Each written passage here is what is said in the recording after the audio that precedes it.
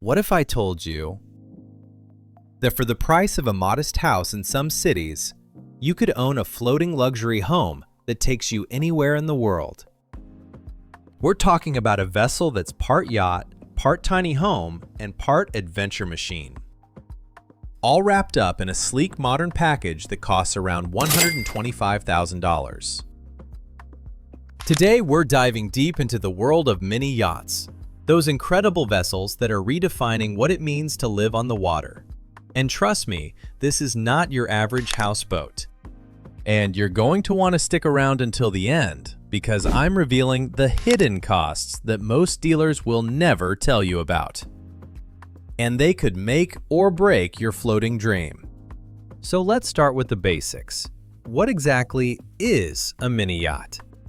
Well, in the boating world, a mini yacht typically refers to a vessel between 25 and 40 feet long, designed for extended living and cruising.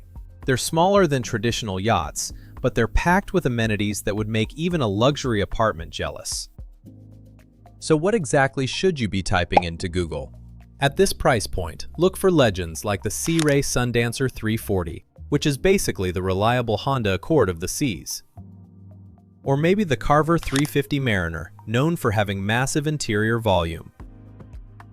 And for the rugged explorers, check out the Ranger Tugs R27. These aren't fantasies, these are real vessels sitting in marinas right now. We're talking full galleys with stoves and refrigerators, actual beds, not just bunks, bathrooms with real showers, and living spaces where you can actually, well, live. Now, you might be wondering, why would someone choose this over a traditional home? Oh, where do I even start? First off, freedom. Imagine waking up in the Florida Keys on Monday, cruising to the Bahamas by Wednesday, and anchoring off a private island by the weekend, all while never leaving your home. Second, the cost. In many coastal cities, $125,000 won't even get you a down payment on a decent condo. But it will get you a fully functional mobile home on the water. And third, the lifestyle. There's something about living on the water that changes you. The gentle rocking at night, the sound of waves, the sunrise over the ocean every single morning. It's therapeutic in a way that land-based living just isn't. So what exactly do you get for $125,000? Let me paint you a picture. Most mini yachts in this price range are going to be around 30 to 35 feet long. That might not sound like much, but marine architects are masters at maximizing space. You'll typically get a V-berth cabin in the front.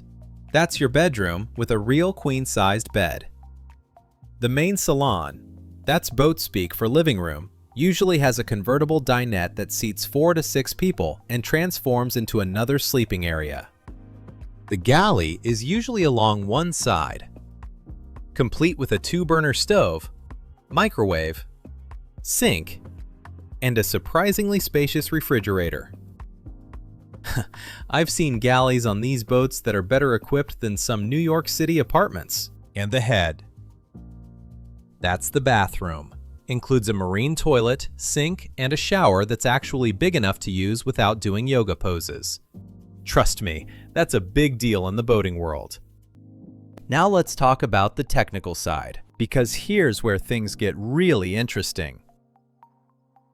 Most mini yachts in this category come with inboard or stern drive engines.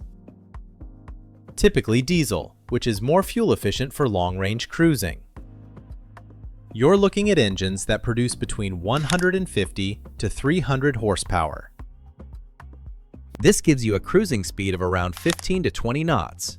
That's about 17 to 23 miles per hour for you landlubbers, and a range of anywhere from 200 to 500 nautical miles on a single tank.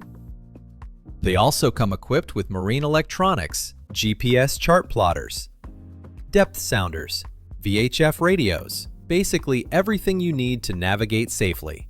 And yes, most of them have Wi-Fi boosters these days, so you can still binge watch your favorite shows.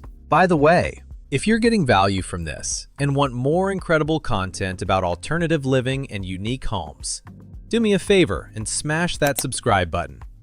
It really helps the channel grow, and we've got so many more amazing videos coming your way. Now, let's address the elephant in the room. Or should I say, the whale in the ocean. What are the actual costs of living on one of these things? Because here's the thing. That $125,000 price tag, that's just the beginning. Let's break down the real numbers. First, you've got slip fees.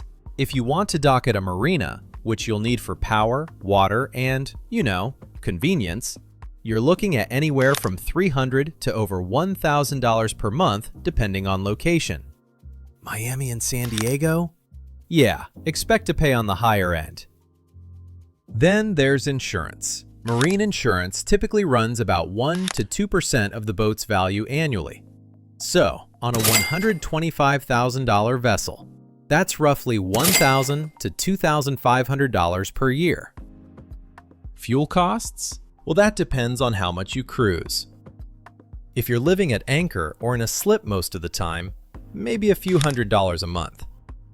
If you're constantly moving, it can add up fast. And then there's maintenance. Oh, the maintenance. There's an old saying in boating. A boat is a hole in the water into which you throw money. And while that's a bit dramatic, it's not entirely wrong.